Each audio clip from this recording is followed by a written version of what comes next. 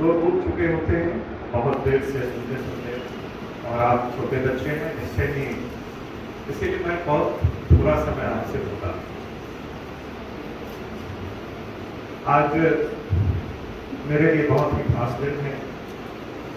मैं भी Saharsa Lions club का चार्टर प्रेसिडेंट रहा हूँ, और सुपौल लायंस क्लब इस तरह के प्रासंगिक विषय पर यह गोष्ठी आयोजित कर रही है। इस कार्यक्रम में मौजूद हैं जीएसएस कॉलेज सुपौल के प्राचार्य महोदय, लायंस क्लब के प्रेसिडेंट महोदय, चैम्बर ऑफ कॉमर्स के चेयरमैन साहब और doctor R K. Yadav ji, Lions club के मेंबर हैं, ऑनरेबल मेंबर, और मेरे साथ चलकर आए हैं मेरे प्रिय छोटे भाई सुनील जी, जो पूर्व मुखिया रहे हैं, और सबसे महत्वपूर्ण कड़ी के रूप में आज इस सेंट जेवियर्स स्कूल की पूरी family, principal sir, administrator sir, manager sir और आप प्यारे बच्चे। Today we are gathered here to pay tribute to our great leader Mahatma Gandhi. His timeless philosophy of ahimsa, satyagraha, sarvodaya continues to inspire the world. यही कारण है कि famous scientist Albert Einstein ने कहा कि आने वाली पीढ़ियां कभी विश्वास नहीं करेगी कि इस धरती पर हार मांस का बना हुआ कोई व्यक्ति भी चला था। ये बड़ी बात है। महात्मा गांधी के विचार पहले भी प्रासंगिक थे, आज भी प्रासंगिक हैं। मार्टिन लूथर किंग ने उनको अपना गुरु माना। साउथ अफ्रीका की आज़ादी और रेसिज्म के खिलाफ लड़ने वाले नेल्सन मंडेला ने भी उनको अपना गुरु माना। तो गांधी के विचार की सीमाएं सिर्फ भारतवर्ष में नहीं, पूरे देश और पूरे विश्व की सारी सीमाओं को लांघकर देश के और विश्व के अनेक देशों में भी पहुंची है। गांधी इसीलिए आज भी प्रासंगिक है। तो इस तरह से चल नजीर कारवा के साथ, जब तू न चल सके तो तेरी नाश्ता चले। गांधी की नाश्ता चलती रहेगी, सदियों चलती रहेगी, जैसा बुद्ध के वक्ताओं ने भी कहा। और मेरा तो ये मानना है कि इस धरती पर जो लोग आते हैं और जिन्होंने अपने कर्मों से बड़ी लकीर खींची है, उनकी राहें बहुत आसान नहीं थी। उनकी राह में बहुत सी कठिनाइयाँ थी। अभी मैंने प्रिंसिपल सर के चेम्बर में यूएस के 16वें राष्ट्रपति अब्राहम लिंकन के बारे में मैंने देखा। बड़ी सी तस्वीर या फ्रेम लगी हुई है। बड़े ही निर्धन व्यक्ति थे, और उनकी माँ ने मजदूरी करके जॉर्ज वाशिंगटन की जीवनी खरीदी थी, और वहीं से लिंकन प्रेरित हुए, और लिंकन एक गरीब व्यक्ति लड़ते लड़ते यूएस जैसे देश का राष्ट्रपति बना। तो मैं बच्चों आपको लिंकन और राष्ट्रपिता महात्मा गांधी से भी प्रेरणा लेने के लिए कहता हूँ। As we navigate the complexity of the 21st century, the Gandhian thought are still relevant. आप सभी इस बात से सहमत हैं। मैं आपको यह भी कहता हूँ कि सिर्फ गांधी ने अकेले आज़ादी नहीं दिलवाई, बहुत से लोग उनके साथ हुए। जवाहरलाल नेहरू हुए, सुभाष चंद्र बोस हुए, रविन्द्रनाथ टैगोर हुए, गणेश शंकर विद्यार्थी हुए, लेकिन गांधी एक ऐसे व्यक्ति हुए जो 1942 के आंदोलन को मास मूवमेंट बनाया। मैं मॉडर्न इंडिया का छात्र रहा हूँ, और हिस्ट्री राइटिंग के डिफरेंस स्कूल होते हैं, और सबसे तारीफ की तो ये बात है, ये सारे डिफरेंट स्कूल जो होते हैं हिस्ट्री राइटिंग के, नेशनलिस्ट, वर्ल्डर और मार्क्सिस्ट, ये सारे स्कूल किसी एक मत पे नहीं होते हैं। लेकिन आश्चर्य की बात यह है कि ये सारे स्कूल्स गांधी के फिलॉसफी और गांधी के कॉन्ट्रीब्यूशन को एक मत से स्वीकार करते हैं। ये बड़ी बात है। सब लोगों ने कहा कि गांधी प्रासंगिक है, लेकिन मैं आपको इस देश की आज़ादी से ले जाना चाहता हूँ। कौन आज़ाद आजाद हुआ किसके माथे से गुलामी की स्याही छूटी, मेरे सीने में दर्द है महकूमी का, मातरे हिंद के चेहरे पे छाई हुई बरसी। आज इस देश में only 10%, सिर्फ 10% लोग ऑर्गेनाइज सेक्टर में काम करते हैं। क्या ये गांधी का सपना था? इतने बेरोजगार क्यों हैं? जब बेरोजगारी का ये आलम है तो हमें गांधी याद आते हैं। गांधी ने कहा था कि कुटीर उद्योग को बढ़ाओ, लेकिन हमने कुटीर उद्योग को नहीं बढ़ाया। आज बिहार के गांव-गांव में भी होली के रंग चाइना से बने हुए मिलते हैं और दीपावली के दिए भी चाइनीज हमारे यहाँ आ गए।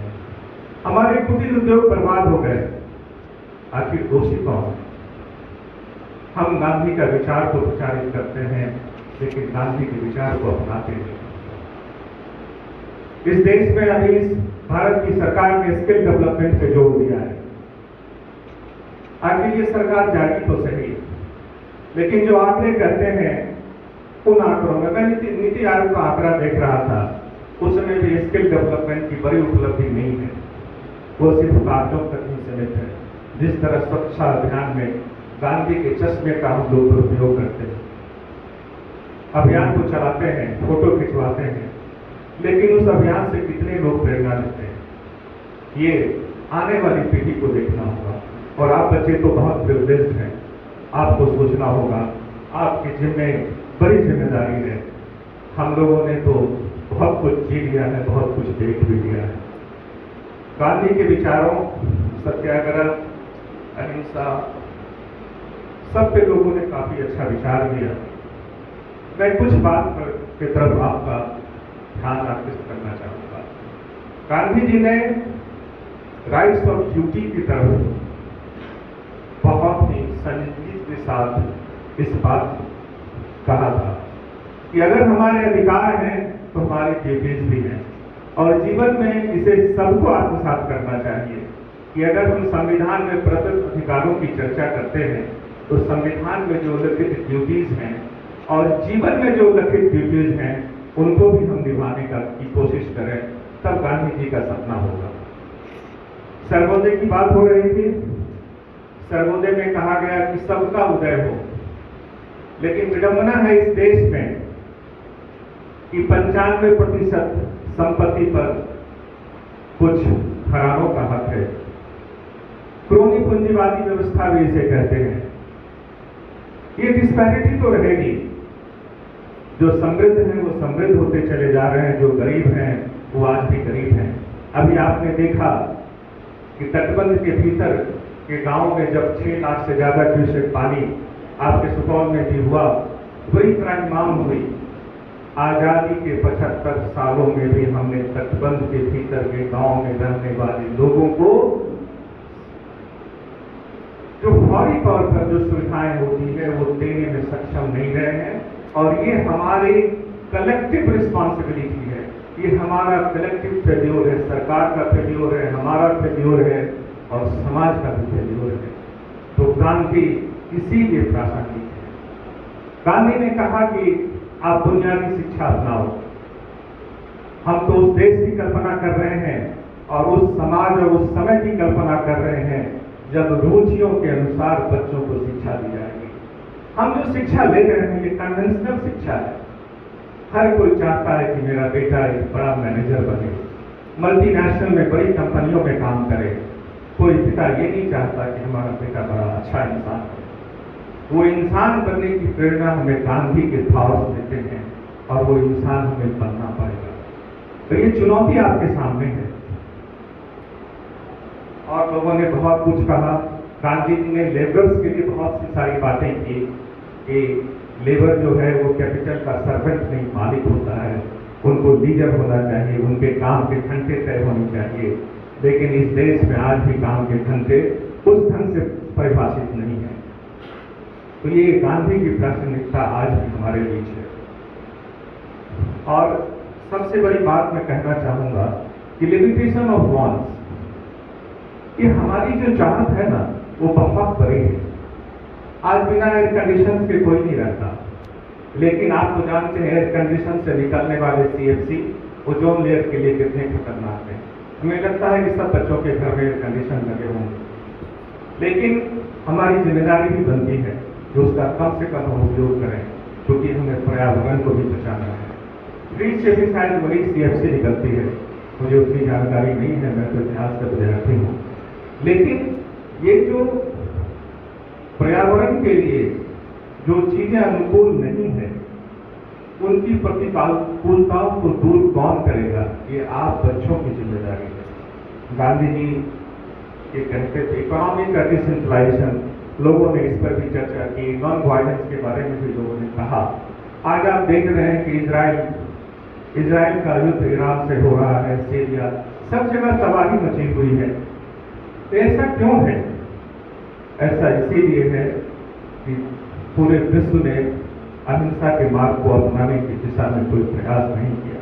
विश्व के तमाम देशों में गांधी की तस्वीर लगी हुई है, गांधी की मूर्तियां लगी हुई है। सबसे ज्यादा भगवान के बाद अगर कहीं जिनकी मूर्तियां लगी है पूरे विश्व में, तो गांधी की मूर्तियां लगी है। लेकिन मूर्ति लगाने से नहीं होगा, हमें गांधी को आत्मसात करना होगा, उसकी कोशिश हमें करनी होगी। मैं गांधी जी के बारे में और बहुत कुछ नहीं कहना चाहूंगा, मैं बस आपसे एक दो बात और कहना चाहूंगा। आप बच्चों के लिए आने वाली रात बहुत आसान नहीं है, बहुत कठिन है। आपको सिर्फ सहरसा, मधेपुरा और पटना के विद्यार्थियों से कम्पीट नहीं करना है। ये विश्व के लेवल पर प्रतिस्पर्धाएं हो रही हैं। आपने देखा कि नीट में कितने बच्चे बैठते हैं, IIT में कितने बच्चे बैठते हैं। तो मैं आपसे कहना चाहता हूं कि there is no alternative of hard work. Hard work का कोई ऑल्टरनेटिव नहीं है। और ये जो मेरिट होता है ना, कि क्लास में मैंने फर्स्ट किया, इसको मैं बड़ा मिथ मानता हूं कि मेरिट उसी हार्ड वर्क से आता है। जिस दिन आप हार्ड वर्क करना शुरू कर दोगे, मेरिट खुद ब खुद आपकी कदमों में चलकर आएगा। इसलिए आपको हार्ड वर्क करना चाहिए और अपने कर्तव्य के प्रति बहुत ही सजग रहना चाहिए। दूसरी बात मैं कहना चाहता हूं, failure is not the opposite of success, it's a part of success. आप जीवन में फेल्योर होते हो, फिर आपको उठ खड़ा होना है। इस जज्बे के साथ आपको लड़ना है। आपने तो दशरथ मांझी का नाम सुना होगा। जब उन्होंने पहला हथौड़ा चलाया था तो लोगों ने उन्हें पागल करार दिया था, लेकिन 20 वर्ष के कड़ी मेहनत के बाद भी पहाड़ को झुकना पड़ा और उसे रास्ता देना पड़ा। तो हमको तो हमारे सामने बहुत से एग्जाम्पल्स हैं। मित्तल तो जन्म से अंधे थे, लेकिन मित्तल की कॉन्ट्रीब्यूशन को आप लोग जानते होंगे। बहुत सारे एग्जाम्पल्स इस देश में भी हैं। ईश्वरचंद्र विद्यासागर लैंप की रोशनी में पढ़ते थे। तो आप तो बहुत ही प्रिविलेज बच्चे हो। मैं जब छोटा था और मैं गांव के स्कूल में पढ़ता था, तो हमारे गांव के स्कूल में बेंच और डेस्क नहीं हुआ करते थे। जूट के बैग पर मैं बैठता था और हमारे जैसे बहुत से बच्चे बैठते थे। लेकिन मैं आपको कहूँगा कि उसी गांव के स्कूल से पढ़ने वाले कई बच्चे नासा में भी आज हैं, इंग्लैंड में बैरिस्टर हैं, बहुत ऊंचे ऊंचे पदों पर हैं। तो जो ये आपके जीवन में जो प्रिविलेज आपको मिला है, उस प्रिविलेज को आप अपने जीवन में उतारें और एक सक्सेसफुल इंसान बने। आप जीवन में अच्छा करें, बहुत ऊंचाई पर जाएं और माता पिता की कॉन्ट्रीब्यूशन, जितनी जद्दोजहद उन्होंने आपके लिए की है, उसे हमेशा याद रखें। आज मेरे माता पिता मेरे साथ नहीं हैं, इस दुनिया में नहीं हैं, तो मुझे लगता है कि काश मैं उनको इतना समय दे पाता। आप अपने माता पिता के साथ हैं, उनको खुश रखें और उनकी परेशानियों में आप उनका सहायक और उनका सबक बने। बहुत बहुत धन्यवाद। और मैं आपको एक बात और कहना चाहूँगा। मैंने आज बच्चों को सुना और मुझे बहुत ही मैं प्राउड फील कर रहा हूँ कि कोसी में ऐसा स्कूल है जहाँ के बच्चे वेल इन्फॉर्म्ड हैं। मैंने प्रिंसिपल सर को भी कहा कि मुझे बच्चों से मिलकर बहुत अच्छा लगा। बहुत बहुत शुभकामनाएं।